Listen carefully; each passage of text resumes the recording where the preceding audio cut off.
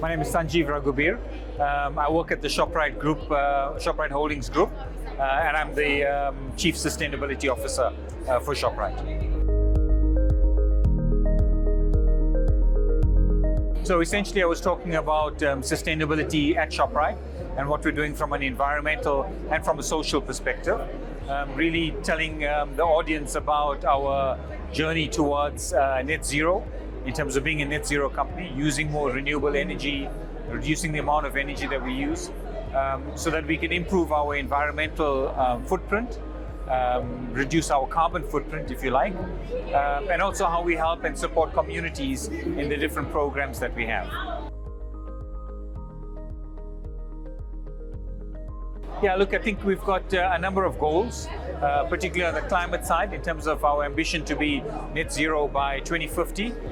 In the interim, we want to halve our carbon emissions by 2030, and we have these ambitious targets to increase the amount of renewable energy that we use.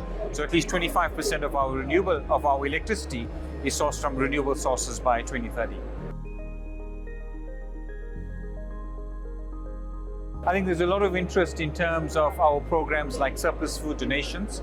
It's one of our programs that we use to reduce the amount of surplus food that ends up in landfills. And that way, we're able to rescue food that is still fit for human consumption, donate it to charities. To give you an idea of numbers, last year we donated something like 225 million rands worth of surplus food and goods to more than 500 charities across the country. I think we do very well. Of course, in developed countries, there's always the opportunity to purchase renewable electricity on the grid. It's something that in South Africa, we are still starting with this concept of wheeling, where you buy renewable electricity from a supplier, they feed it into the national grid, and you're able to use it in your stores or distribution centers. I think it's still early days in South Africa, but we have to be able to do that if smaller companies want to be able to use renewable electricity.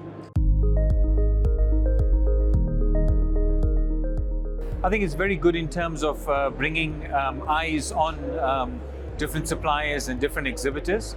I think it's great for networking to be able to know what you can source from where.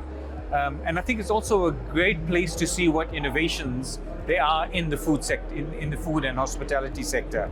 So I think all around very important for the industry as a whole. Some very excellent exhibitions. I think a wide range of exhibitions, which is very encouraging. And I think anyone who is in the food industry, whether it's in manufacturing, sourcing, retailing, should be here to have a look at what's going on.